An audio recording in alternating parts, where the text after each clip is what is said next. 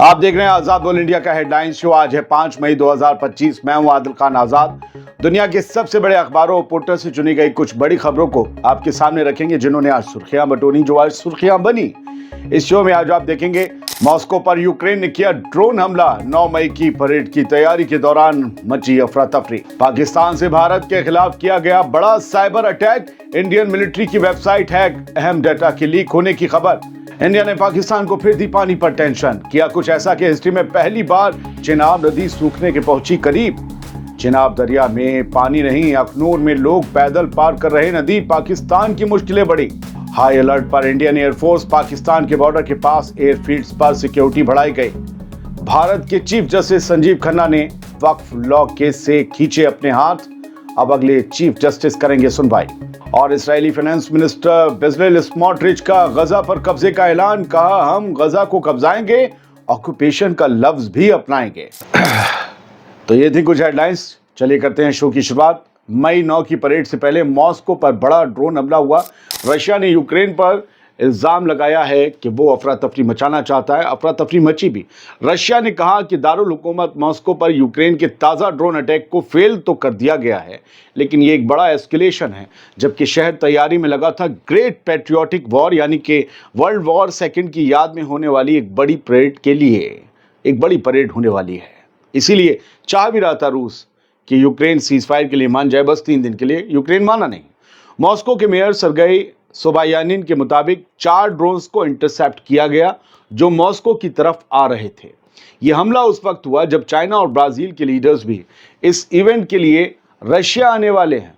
Russia का कहना है कि ये यूक्रेन की तरफ से एक कोशिश थी मॉस्को को डिस्टर्ब करने की, लेकिन हमारे एयर डिफेंस ने अपना काम बखूबी अंजाम दिया और यूक्रेन की तरफ से आ रहे ड्रोन्स को मार गिराया। 9 मई के इवेंट पर पूरी दुनिया की नज़र है दोस्तों, और रशिया हर एंगल से रेडी है यूक्रेन के हर हमले से निपटने के लिए। क्या इसके बावजूद यूक्रेन कोई और हमला करेगा और वाकई रशिया उससे निपट पाएगा? देखते हैं। और अब बारी है पाकिस्तान और इंडिया के बीच जो टेंशन है जारी, उससे जुड़ी कुछ बड़ी खबरों की। पाकिस्तान ने भारत के खिलाफ साइबर वॉर शुरू कर दी है। पाकिस्तान साइबर फोर्स ने इड्सा पर साइबर हमला किया है। 1600 यूजर्स का डाटा चुराने का दावा किया गया है। पाकिस्तान ने अब साइबर फ्रंट पर पहला वार कर दिया है। खबर है कि पाकिस्तान साइबर फोर्स नाम के एक हैकर ग्रुप ने इंडिया की military research website Manohar Parrikar institute for defence studies and analysis यानी इड्सा को हैक कर लिया। वेबसाइट टेम्पररी डाउन हो गई थी, लेकिन अब रिकवर हो चुकी है। पाकिस्तानी हैकर्स ने एक्स पर दावा किया कि उन्होंने मिलिट्री इंजीनियरिंग सर्विसेज और इड्सा के 1600 यूजर्स का 10 GB सेंसिटिव डाटा हासिल कर लिया है। इंडियन मीडिया के मुताबिक कुछ लॉगिन क्रेडेंशियल्स और कॉन्फिडेंशियल इंफॉर्मेशन भी लीक होने का खतरा है। इंडियन डिफेंस मिनिस्ट्री के अंडर आने वाली आर्मर व्हीकल लिमिटेड की साइट पर भी हैकर्स ने नॉनसेंस कंटेंट डाल दिया हैक करने के बाद। इस फालतू के कंटेंट को फौरन ऑफलाइन कर दिया गया। अब सवाल यह है कि क्या साइबर सिक्योरिटी सिर्फ एक चेक बॉक्स बनकर रह गई है, या हम वाकई साइबर वॉर के लिए तैयार हैं? तैयार तो हैं, इसीलिए साइबर अटैक को डिटेक्ट भी किया गया और बहुत सी चीज़ों को हटाया भी गया, लेकिन हैकर्स का बहुत अहम वेबसाइट्स तक पहुंच जाना एक खतरनाक अलार्म है। बढ़ते आगे, बात प्यास और दरिया की। भारत के सब्र का प्याला भर चुका है। अब ना कोई बातचीत, ना कोई मोहलत, सिर्फ पानी बंद। यही एक पॉलिसी पर इंडियन गवर्नमेंट काम कर रही है लगता है। चिनाब से बागलिहार डैम का पानी रोका गया है, खबर ये है। सलाल से भी पानी रोक दिया गया है, ये भी खबर आपको मिल चुकी होगी। लेकिन अब किशन गंगा की बारी लगती है। भारत ने पाकिस्तान पर एक और बड़ा दबाव बनाया है। मंडे को भारत ने सलाल डैम से भी पानी का फ्लो रोक दिया। इससे पहले बगलिहार डैम से चिनाब नदी का पानी रोका गया था। अब हुकूमत किशन गंगा डैम पर भी इसी तरह के कदम उठाने की तैयारी कर रही है। ये सब कदम सिंधु जल समझौते के सस्पेंशन के बाद लिए जा रहे हैं। सिंधु वाटर ट्रीटी सस्पेंड हो चुकी है। एक्सपर्ट्स का कहना है कि अगर ये सिलसिला चलता रहा तो पाकिस्तान को पानी की बड़ी किल्लत का सामना करना पड़ सकता है और आने वाले दिन पाकिस्तान के लिए मुश्किल हो सकते हैं, पानी के एतबार से तो कम से कम। अगली खबर भी कुछ यही है कि चिनाब सूखी पड़ी है और पाकिस्तान की मुश्किलें बढ़ गई हैं। अखनूर में पहली बार इतिहास बना है, पहली बार हिस्ट्री बनी है कि चिनाब दरिया इतना सूख गया है अखनूर में कि लोग अब पैदल पार कर रहे हैं इस दरिया को। कहीं पत्थर दिख रहे हैं, कहीं जमीन, कहीं थोड़ा थोड़ा छिछला पानी है। बगलिहार और सलाल डैम के गेट बंद करने के बाद पानी का बहाव पूरी तरह से थम गया है। ये सब कुछ हुआ है सिंधु जल समझौते को सस्पेंड करने के बाद। भारत ने 2 बड़े हाइड्रो प्रोजेक्ट बगलिहार और सलाल से पानी छोड़ना बंद कर दिया है। इन डैम्स को खाली किया गया ताकि ऑपरेशन और एफिशिएंसी सुधारी जा सके, लेकिन असर सीधे पाकिस्तान पर पड़ रहा है क्योंकि यहां से पानी उधर जाता था। अब झेलम पर बना किशनगंगा डैम अगला निशाना हो सकता है, जैसा कि हमने आपको पिछली खबर में बताया। पाकिस्तान में इस कदम से फिलहाल हलचल का माहौल है। एक और खबर सरहद से। इंडियन एयरफोर्स हाई अलर्ट पर है। इंडिया ने अपने एयरफील्ड्स को पाकिस्तान के बॉर्डर के पास हाई अलर्ट पर डाल दिया है। यह फैसला अनप्रोवोक्ड फायरिंग के बाद लिया गया है जो पाकिस्तानी फोर्सेस ने आज 5 मई को लाइन ऑफ कंट्रोल के 8 सेक्टर्स पर बल्कि की है ये अनप्रोवोक्ड फायरिंग। इंडियन एयरफोर्स के चीफ ने प्राइम मिनिस्टर मोदी को ऑपरेशनल तैयारी के बारे में ब्रीफ किया है। लंबे फासले तक उड़ने वाले फाइटर जेट्स वेस्टर्न बॉर्डर के पास उड़ान भर रहे हैं। इसके अलावा एयर डिफेंस सिस्टम्स को भी हाई अलर्ट पर डाला गया है ताकि अगर पाकिस्तान की तरफ से ऐसा कोई हमला आया तो उसे डिटेक्ट करके फौरन न्यूट्रलाइज किया जा सके। बढ़ते आगे, इंडिया से एक और बड़ी खबर और एक बहुत बड़े मसले की खबर है। ये बड़े मसले से जुड़ी खबर। इंडिया के चीफ जस्टिस संजीव खन्ना ने अपने टेन्योर के खत्म होने के महज 4 दिन पहले वक्फ लॉ केस से अपने आप को अलग कर लिया है। उनका रिटायरमेंट 13 मई को हो रहा है। उन्होंने कहा कि वो किसी भी एंट्रिम ऑर्डर को रिजर्व या पास नहीं करना चाहते।